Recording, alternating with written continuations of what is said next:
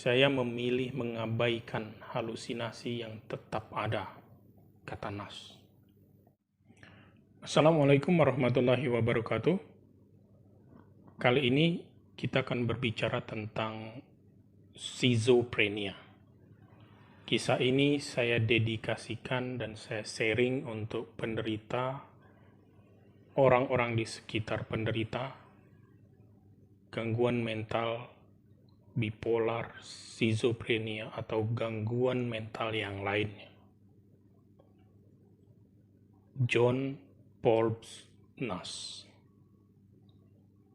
John Nash adalah seorang matematikawan penerima Nobel Ekonomi pada tahun 1994 dan Abel Prize pada tahun 2015. Kisah hidup Nash dibukukan dan lalu difilmkan dengan judul yang sama, Beautiful Mind, pada tahun 2001. John Forbes Nash Jr. lahir di kota Bluefield, West Virginia, Amerika Serikat pada tanggal 13 Juni 1923. Dia anak tertua dari pasangan John Forbes Nash, seorang insinyur listrik yang bekerja pada perusahaan listrik lokal, dan Margaret Virginia Nash. John Nash kecil dididik dengan pola asuh yang stabil, begitu juga dengan lingkungan di mana dia tinggal.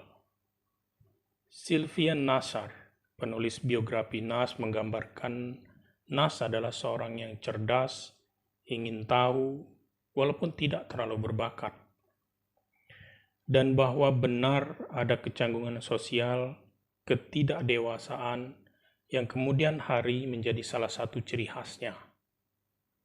Tetapi dia adalah siswa yang cerdas. Meski canggung secara sosial, Nash tidak terisolasi selama masa remajanya. Dia memiliki lingkaran teman dekat dari daerahnya dan dikenal sebagai orang yang iseng. Pada satu tahap, ia dan teman-temannya mulai bereksperimen membuat bom, menggunakan bubuk mesiu buatan sendiri dan peledak lainnya. Sayangnya, petualangan ini berakhir dengan tragedi ketika salah satu temannya meledakkan diri. Sekitar usia 13 tahun, Nash pertama kali mempelajari matematika secara serius ketika dia membaca buku Eric Temple Bell, yaitu Man of Mathematics. Setelah tamat high school atau setara SMA, Nash mendapatkan beasiswa ke Carnegie Institute of Technology, di mana dia pertama kali belajar teknik kimia, kemudian pindah ke kimia, dan kemudian pindah ke matematika, di mana dia banyak belajar mengenai gambar teknik dan pekerjaan laboratorium. Dia dengan cepat dipilih karena keahliannya dalam matematika, dan salah satu profesornya menggambarkannya sebagai seorang jenius matematika yang ditulis dalam rekomendasinya ke Universitas Princeton. Pada tahun 1948, Nash memulai studinya di Universitas Princeton, New Jersey, Amerika Serikat, di mana dia melakukan sebagian besar karya rintisannya dalam matematika, termasuk pengembangan Nash equilibrium dan kontribusinya pada game teori. Game teori yaitu bagian dari ilmu matematika yang mempelajari interaksi antar agen yang bersifat rasional. Setiap keputusan strategi yang dipilih oleh agen akan memiliki hasil yang berbeda pada agen kompetitor. Ya, seperti itulah kira-kira game teori. Disinilah, di Princeton, Nash memperoleh gelar doktor dengan karyanya pada non-cooperative games. Pekerjaan yang kemudian membuatnya memenangkan hadiah Nobel. Setelah Princeton, Nash bekerja untuk perusahaan rahasia, yaitu Rand Corporation, sebuah think tank militer yang berbasis di California. Think tank adalah suatu organisasi atau lembaga atau perusahaan atau kelompok yang melakukan riset umumnya didanai oleh pemerintah atau swasta dalam berbagai bidang, strategi sosial atau politik, atau teknologi, dan persenjataan. Sekitar tahun 1958, saat mengajar di Massachusetts Institute of Technology, tanda-tanda pertama penyakit NAS mulai terlihat. Dia akan menghilang tanpa pemberitahuan, kadang-kadang selama beberapa hari, dan saat kembali tidak akan memberikan penjelasan atas ketidakhadirannya. Dia akan melamun panjang di tengah-tengah kuliahnya. Dia akan membuat pernyataan yang tampak membingungkan kolega dan mahasiswanya. Dan secara signifikan, dia menjadi semakin paranoid. Misalnya dengan tidak mengizinkan tamu yang datang ke kantornya untuk berdiri di antara dia dan pintu. Dan percaya bahwa dia diikuti sepanjang waktu. Meskipun NAS terus bekerja hingga tahun 1959, perilaku dan percakapannya semakin terganggu. Pada musim semi, istrinya, Alicia, telah memutuskan untuk berkonsultasi dengan psikiater. Tetapi psikiater lebih peduli pada pola pengasuhan dan kehidupan seksnya daripada gejala NAS. Akhirnya kondisi NAS ini diakui oleh rekan-rekannya bahwa dia menderita apa yang secara luas digambarkan sebagai gangguan saraf. Orang-orang mulai berspekulasi tentang apakah Alicia NAS akan memasukkan suaminya ke rumah sakit jiwa. Pada akhirnya, staf di universitas yang mengatur ini dan NAS dirawat di rumah sakit McLean, bagian dari sekolah kedokteran Harvard yang di masa lalu telah menjadi tempat perawatan bagi banyak penderita penyakit mental, termasuk penyair dan penulis Sylvia Plath dan musisi Ray Charles. Pada awalnya NAS ditawari tinggal secara sukarela di rumah sakit. Tetapi dia berkeyakinan bahwa dia memiliki pekerjaan penting yang harus dilakukan sebagai pemimpin gerakan dunia untuk perdamaian yang hanya dia yang tahu. Sehingga dia menolak dan pihak rumah sakit pun segera menahannya untuk diobservasi. Beberapa hari kemudian dia didatangi oleh ibunya, Virginia, yang menjadi sangat bingung melihat kondisi mentalnya yang terganggu. Psikiater yang merawat NAS sampai pada kesimpulan awal dan memberinya diagnosis skizofrenia paranoid berdasarkan sistem delusinya yang sangat kompleks yang bersifat muluk dan penganiayaan. Seperti kebiasaan pada saat itu, para dokter mencoba menganggap penyebab penyakitnya berdasarkan kehidupan sebelumnya. Apakah tekanan pekerjaan atau peran barunya sebagai ayah yang menyebabkan penyakitnya. Psikoanalisisnya menggunakan pendekatan Freudian, bahkan mengasumsikan bahwa itu semua karena homoseksualitas. Perawatan model lama seperti insulin shock, electric shock, dan psikoanalisis masih sangat populer. Tetapi ada juga harapan besar pada obat baru yang disebut antipsikotik, yang pada uji coba awal telah menunjukkan dapat membantu meringankan halusinasi dan delusi yang dialami oleh orang dengan skizofrenia paranoid. Kemudian NAS mulai menggunakan Thorazine, juga dikenal sebagai chlorpromazine, yang merupakan obat perintis pertama untuk pikiran. Efeknya pada NAS cukup baik dan mulai menunjukkan peningkatan yang jelas hanya dalam waktu singkat. Kemudian dia menyewa seorang pengacara untuk mengajukan petisi untuk pembebasannya dengan dukungan istrinya. Akhirnya pihak rumah sakit menyetujui perawatan rawat jalan. Dia diizinkan pulang setelah sekitar 50 hari kurungan. Namun ini bukanlah kunjungan terakhir NAS ke rumah sakit jiwa. Sekitar 20 tahun berikutnya dari kehidupan NAS ditandai dengan masuk rumah sakit berulang kali, diselingi oleh periode kesehatan mental dan kesehatan yang buruk dengan berbagai tingkat. seperti yang sangat umum terjadi pada penderita skizofrenia selama ini. Dia sering hidup di dunianya sendiri, yang aneh bagi orang-orang di sekitarnya, tetapi sangat logis dan biasa bagi dirinya. Nas dikenal sebagai Phantom of Pinehole karena caranya mondar-mandir di aula perguruan tinggi setiap saat, sambil menulis formula rumit dan misterius di papan tulis.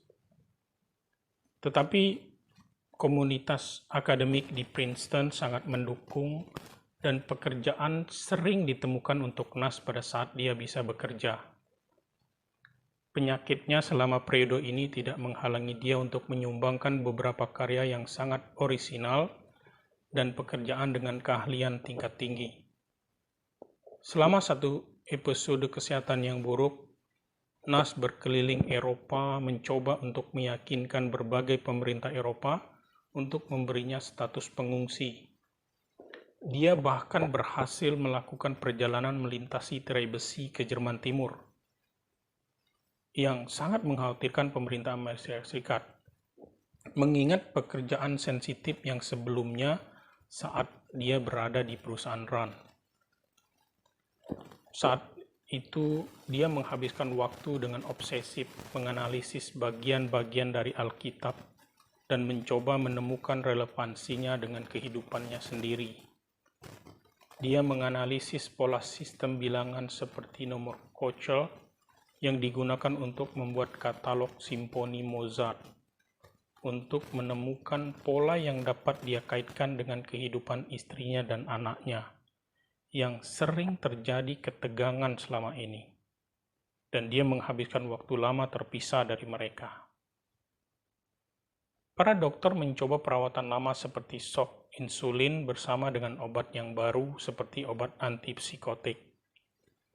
Ini adalah periode ketika antipsikotik generasi pertama dikembangkan dan sangat cepat, dan beberapa obat baru seperti stelazine menjadi tersedia untuk Nas. Salah satu karakteristik skizofrenia yang bertahan lama adalah jika penderita bertahan dari risiko kematian. Risiko kematian yang sangat meningkat karena bunuh diri atau kecelakaan. Maka seiring bertambah usia, kondisinya memang tampak membaik. Penderita belajar untuk mengakomodasi pikiran psikotik mereka dan menjalani kehidupan yang tertata lebih baik. Banyak penderita juga dari waktu ke waktu mulai mempertanyakan delusi mereka dan mengelabui halusinasi mereka. Dan mereka mengembangkan kualitas mistik yang oleh psikiater disebut insight atau wawasan, yang merupakan kunci pemulihan yang sukses. Nas mulai menginterogasi delusinya secara intelektual. Dengan cara ini dia dapat membedakan dari waktu ke waktu bahwa delusi tidak mewakili kenyataan dan dapat dialokasikan ke bagian pikiran yang tidak memerlukan perhatian mendesak. Pada akhirnya dia menyimpulkan bahwa pemikiran delusinya pada dasarnya adalah usaha intelektual yang sia-sia. Seperti halnya saya memilih makanan. Seperti itu juga cara kerja diet pikiran ini. Saya memilih mengabaikan halusinasi yang tetap ada, kata Nas. Orang tentu tidak mengharapkan pemikir hebat sekali bernas untuk memiliki affair dalam hidupnya. Dan hal itu memang terjadi pada tahun 1952 saat dirawat karena varises di rumah sakit. Dia bertemu Eleanor Steer yang kemudian melahirkan seorang anak bernama David. Nas meninggalkan Eleanor ketika dia mengetahui bayi itu dan butuh bertahun-tahun sebelum mereka berdamai. Beberapa saat kemudian Nas bertemu Alicia Lard Lopez Harrison atau Alicia Easter Nas, seorang fisikawan Salvador, Amerika, yang kemudian dinaturalisasi menjadi warga negara Amerika Serikat. Perempuan ini yang akan dinikahinya pada tahun 1957. Walaupun kemudian mereka bercerai, tetapi tetap dekat dan kemudian menikah lagi. Mereka kemudian tetap bersama sampai kematian mereka pada tahun 2015. Selama hidupnya, Nas adalah penerima banyak penghargaan untuk karyanya di bidang matematika, termasuk penghargaan teori John von Neumann yang bergengsi di bidang matematika.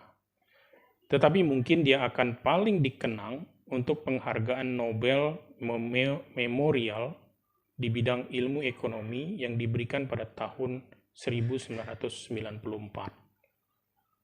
Jika kehidupan Nas penuh kejutan, cara kematiannya menjadi kejutan besar bagi semua orang. Pada tanggal 23 Mei 2015, setelah kunjungannya ke Norwegia, di mana dia dianugerahi Abel Prize, Nas dan Alicia sedang menggunakan taksi di sepanjang New Jersey Turnpike. Ketika pengemudi kehilangan kendali dan bertabrakan dengan penghalang tabrakan di jalan. Mereka tidak mengenakan sabuk pengaman. Pasangan itu terlempar keluar dari kendaraan dan tewas. Kematian mereka menjadi kejutan yang sangat besar bagi semua orang yang bekerja di bidang kesehatan mental maupun akademisi. John Paul Nash Jr. berusia 86 tahun pada saat kematiannya. Bagi penderita skizofrenia dan orang-orang terdekat mereka, kisah John Nash memberi kita harapan besar, mengakui bahwa dalam beberapa kasus, setidaknya dari penyakit aneh ini, yang begitu sering memperoleh tindakan kejam, dan efek yang merusak yang penderita dapatkan karena kurangnya pemahaman dan informasi tentang penyakit ini, dan cara memperlakukan penderita dan juga cara pengobatannya. Tetapi sebenarnya dari waktu ke waktu dan dengan bantuan orang yang profesional, yang terampil, serta kesabaran dan perhatian dari orang yang mereka cintai, untuk menjalani kehidupan yang memuaskan. Sekali lagi, kisah-kisah seperti yang dialami oleh John Nash menunjukkan kepada kita bahwa meskipun hidup dengan skizofrenia tidak pernah mudah, pada akhirnya bukan suatu hal yang mustahil untuk menggapai keberhasilan dan kemenangan dan memberikan manfaat bagi orang lain. Cerita ini memberi kita pelajaran tentang sebuah harapan, bukan keputusasaan. Waalaikumsalam warahmatullahi wabarakatuh.